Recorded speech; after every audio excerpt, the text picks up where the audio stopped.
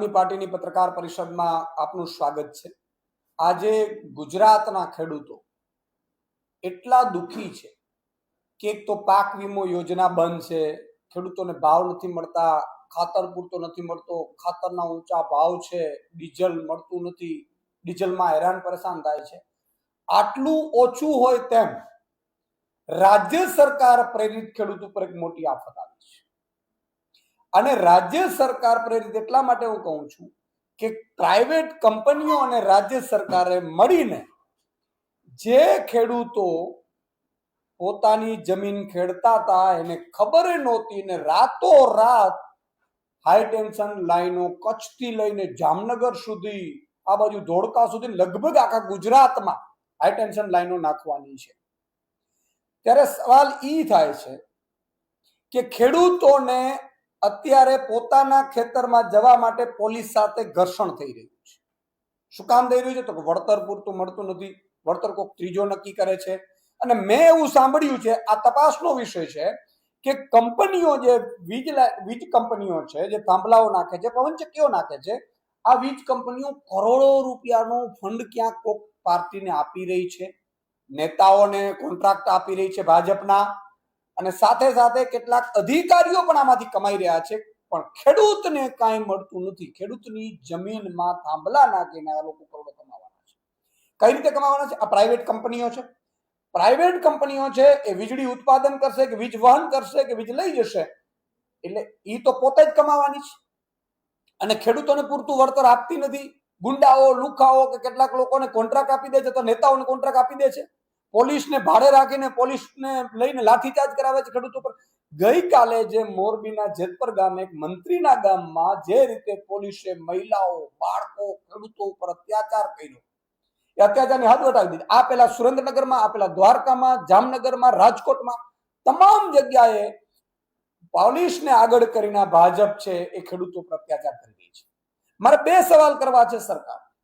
આ કહેવાતી હિન્દુ સરકાર પોતે એમ કહેતી હતી પ્રધાનમંત્રી હિન્દુ છે, રાષ્ટ્રપતિ હિન્દુ છે, મંત્રીઓ હિન્દુ છે, મુખ્યમંત્રી હિન્દુ છે, સાંસદો હિન્દુ છે, ધારાસભ્યો હિન્દુ છે, તાલુકા જિલ્લા પંચાયતના સભ્યો હિન્દુ છે, તો મારા હિન્દુ ખેડૂતો ઉપર અત્યાચાર થાય છે ત્યારે બધા મૌન કેમ છે, અને મુખડા કેમ સિવાય જાય છે?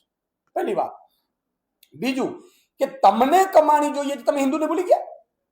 તમે કહેવાતા હિન્દુઓ છો ભાઈ? ત્રીજી વાત કે આ તમામ બાબતમાં તમે એરપોર્ટ ઉપર પાર્કિંગ આપણે જે પ્રાઇવેટ કંપનીઓને તમે આપ્યું છે એ કલાકના ભાડું લે છે। એએમસી અથવા તો કોઈ પણ મહાનગરપાલિકા હોય એનો પાર્કિંગમાં કલાક, 2 કલાકમાં ભાઈ પાર્કિંગના ચાર્જ લાગે છે। તમે જુઓ પ્રાઇવેટ જે મોબાઈલ ટાવર નાખે છે એ પણ તમે ભાડે આપીને એના ચાર્જ લે છે। તો મારા ખેડૂતની જમીનમાં વર્ષો સુધી થાંભલાઓ નાખીને એ પણ કાંઈ વળતર વગર, એ કોને નક્કી કરે છે ભાઈ? કોણ નક્કી કરે છે? અચ્છા, કમાય છે કંપનીઓ અને વળતર સાવ ટૂંકું આપે ને એમાં તમારા ભાજપના નેતાઓ કોન્ટ્રાક્ટરો કમાય, એ કામ રાખે એ કમાય, અધિકારીઓ ત્યાંના લોકલ કમાય, પણ મારો ખેડૂત કોઈ કમાતો નથી।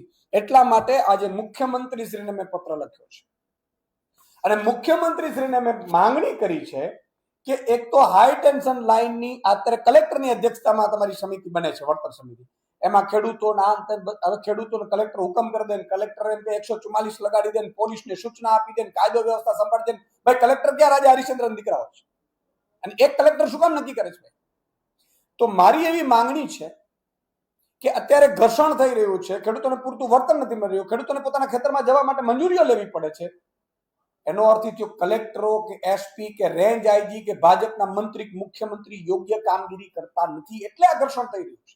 નહીં તો ઘર્ષણ શું કામ થાય? યોગ્ય વળતર, ભાઈ એરપોર્ટ કેમ પ્રાઇવેટ છે, ક્યાં પાર્કિંગનું ઘર્ષણ થાય? ભાઈ લાખો કરોડ રૂપિયા ઉઘરાવી લે છે, આ મોબાઈલ ટાવરો નાખે છે, એમાં ક્યાં ભાઈ ઘર્ષણ થાય છે? અચ્છા, કોઈ મુખ્યમંત્રીના ખેતરમાંથી તો જાતી નથી લાઈન, જેને પીડાની ખબર હોય। એટલે મુખ્યમંત્રી શ્રીને મેં એવું કહ્યું છે કે રાજ્ય લેવલની વળતર સમિતિ બનાવવામાં આવે, સ્ટેટ લેવલની, જેમાં એક્સપર્ટ હોય, ખેડૂત આગેવાનો હોય, અસરગ્રસ્ત ખેડૂતોના જે કમિટીઓ લોકલ લેવલે બને એમાંથી પ્રતિનિધિત્વ હોય, નિવૃત્ત ન્યાયાધીશો હોય, આ રીતે એક રાજ્ય લેવલની વળતર સમિતિ બનાવવામાં આવે। એ વળતર સમિતિ એટલા માટે કે આજે છેલ્લા 5 વર્ષમાં જમીનોના ભાવ આસમાને ગયા છે, તો 25 વર્ષ થાંભલાની પોલિસી છે, મેં સાંભળ્યું છે, તો 25 વર્ષ પછી જમીનના કેટલા ભાવ હશે ભાઈ? કરોડો રૂપિયા છે. ત્યારે મારો ખેડૂત શું કરશે? અચ્છા, 5 વર્ષ પછી ભાવ વધી જશે, એનું શું થશે? એટલે અમારી માંગણી એ છે કે રાજ્ય સ્તરની એક વળતર સમિતિનું ગઠન કરવામાં આવે, જેમાં વન ટાઈમ નહીં, પરંતુ એક તો એ વળતરની બાબતો સમજવામાં આવે. કંપની કેટલું નફો કરે છે, કઈ કંપની છે, કેટલું કમાવાની છે. અત્યારે આપણે 8 રૂપિયા યુનિટ મળે છે, પછી 25 વર્ષ પછી 30 રૂપિયા યુનિટ મળશે, તો એ નફો કંપનીનો તો વધતો જ આવવાનો છે. તો કંપની નફો કરવાની છે, અહીંયા સેવા કરવા તો આવતી નથી, મફતમાં વીજળી તો આપવા આવતી નથી. બીજું કે આ વળતર કમિટી છે, વળતર સમિતિ પોતે નક્કી કરે વળતરની પદ્ધતિ. તો વળતરની પદ્ધતિ કઈ રીતે ભાઈ? ખેડૂતોએ વન ટાઈમ તમે વળતરની, ખેડૂતોને જે કંપની જેટલો નફો કરે એમાંથી ખેડૂતોને કેટલાક ટકાવારી 8 કે 10%, જે ખેડૂતોનો જેટલો ખેતરનો ભાગ આવતો હોય એ પ્રમાણે એનો નફો ચૂકવવામાં આવે, એવી અમારી માંગ છે મુખ્યમંત્રી શ્રી. અને તો ઈશુદાન ગઢવી ગેરંટી આપે છે કે એક પણ ગુજરાતનો ખેડૂત વિરોધ નહીં કરે. એને મનાવવાની, એને સમજાવવાની અને એને વળતર સુધીની તમે ખાતરી આપો તો એમાં સમજાવવાની જવાબદારી ઈશુદાન ગઢવીની છે. હું જવાબદારી લઈશ મારા ખેડૂતો વતી, પણ ખેડૂતોને કશું આપવું નથી. પોલીસના દંડાઓથી જો અત્યાચાર કરવામાં આવશે અને તમને તાલુકા, જિલ્લા, નગરપાલિકા, મહાનગરપાલિકા, ધારાસભ્ય, સાંસદોમાં ભરપૂર ખેડૂતોએ મત આપ્યા છે, એનો જો તમે બદલો લેવામાં આવશે તો આમ આદમી પાર્ટી ક્યારે ચલાવી નહીં લે. આમ આદમી પાર્ટી જો આ જ રીતે સિસ્ટમ ચાલી તો આગામી સમયમાં જેમ હળદર કાંડ થયા પછી મેં કિસાન મહાપંચાયતો કરી હતી, એવી જ રીતે કિસાન મહાપંચાયત આમ આદમી પાર્ટી ખેડૂતો માટે કરશે, ગ્રાઉન્ડ ઉપર ઉતરશે અને જરૂર પડે જેલ ભરો આંદોલન પણ અમે કરીશું. ત્રીજું અમારી માંગણી છે બાગાયતો પાકોને થતા નુકસાન અંગે પણ તમે એક નક્કી કરો. ચોથી વસ્તુ એ છે કે 25 વર્ષ પછીની નીતિ અંગે સ્પષ્ટતા. મારો કે 25 વર્ષ સુધીની મેં વાત સાંભળ્યું છે, 25 વર્ષ સુધીના થાંભલાઓ છે, પછીનું શું? તો બજાર કિંમત 25 વર્ષ પછી જમીનની શું હશે, કઈ રીતે, એની એક પેલું. પછી પોલની ડિઝાઇન અને સુરક્ષા. પોલની ડિઝાઇનમાં ભાઈ પોલની ઊંચાઈ, એની ગોઠવણી વૈજ્ઞાનિક ધોરણે છે કે નહીં, ખેડૂતોને ઓછું નુકસાન થાય.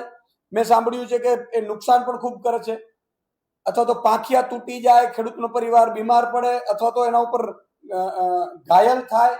તો આ મામલે તમારી શું વ્યવસ્થાઓ છે? પ્રોજેક્ટ અંગે સંપૂર્ણ માહિતી જાહેર કરવી. અત્યારે સરકાર છુપાવે છે, અથવા તો કઈ નાનકડા પેપરમાં એડ આપી દે. ભાઈ એડ પેપરમાં આવવાથી ખેડૂતો જો વાંચતા હોય ને એડ વાંચવા બેઠા હોય તો તમારે ખેતી ક્યારે કરવી? આ કામ સરકારનું છે. એટલે આ બાબતે પણ ક્લિયરિટી કરવામાં આવે.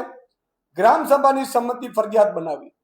કોઈ પણ ગ્રામ સભાની સંમતિ વગર ખેડૂત, કલેક્ટર, એસપી, ખેડૂતના ખેતરમાં રેન્જ આઈજી, મુખ્યમંત્રી પણ ઘૂસવું ન જોઈએ. આ કંપની વાળા તો શું, અને કંપનીને તમે પોલીસ ભાડે આપો છો તો ખેડૂતને પણ પોલીસ ભાડે આપવામાં આવે, એવી પણ અમારી માંગ છે. જમીન સમતલીકરણ અને પુનઃસ્થાપન. આ કામ પૂર્ણ થયા પછી જમીનનું સમતલ કરવાની વ્યવસ્થા પણ કંપનીએ કરવાની. અને સૌથી અગત્યનો મુદ્દો, આ ટેલિગ્રાફ એક્ટ 1885 જૂના કાયદા અંતર્ગત આ બધું થઈ રહ્યું છે. એમાં તુરંત અંગ્રેજોએ કર્યું હતું, આપણા ઉપર અત્યાચાર કરવા માટે કર્યું હતું. અંગ્રેજો વિરુદ્ધ કોઈ બોલે નહીં એટલે પોલીસનું દમન કરી ડરાવી દેવા માટે અંગ્રેજો કર્યું હતું. ત્યારે આપણે ગુલામ હતા. અત્યારે આપણો દેશ આઝાદ છે. તો આમાં તાત્કાલિક ધોરણે આગામી વિધાનસભાનું મળે એમાં સુધારો કરવામાં આવે, એની માંગ સાથે આજે મુખ્યમંત્રીશ્રીને મેં પત્ર લખ્યો છે. અને જો આ પત્ર અંતર્ગત મુખ્યમંત્રીનું કહેવા માંગુ છું કે આમાં તમે પોતે શાંતિથી વિચારો કે તમે ઈ ખેડૂતના દીકરા હોત અથવા તો ખેડૂત હોત અને તમારા ખેતરમાંથી જતી હોત, તમને કઈ ખબર ન હોત ને પોલીસ તમારી ઉપર કે તમારા દીકરા દીકરી ઉપર લાઠી ચાર્જ કરત તો તમારી હાલત કેવી થાત, એવું તમે વિચાર કરશો તો તમે સાચા સંવેદનશીલ, તમે મૃદુ અને મક્કમ કહેવાશો. બાકી વાતો કહેવાથી કે તમારા પોચિયાઓ છે એ એડવર્ટાઇઝ કરવાથી ક્યારેય મૃદુ, મક્કમ કે સંવેદનશીલ બની શકાતું નથી. એટલે મુખ્યમંત્રીશ્રીને આજે અમે પત્ર લખ્યો છે અને આનો યોગ્ય જવાબ આપવામાં આવે અને આ રીતે કામગીરીમાં ગઈકાલે જે ખેડૂતો પર બર્બરતાપૂર્વક કરવામાં આવ્યું બંધ કરી દે સરકાર. નહીં તો આમ આદમી પાર્ટી એટલા માટે અત્યારે વધારે મહેનત કરતા કે પોલિટિકલી અમે બનાવવા નથી માંગતા. ઘણા લોકો એવું કહે છે કે ભાઈ પોલિટિકલી બનાવવાથી ખેડૂતોને નુકસાન થાય છે. તોય અમારા નેતાઓ ગયા છે, સાંભળ્યા છે. જરૂર પડે હું પણ જઈશ.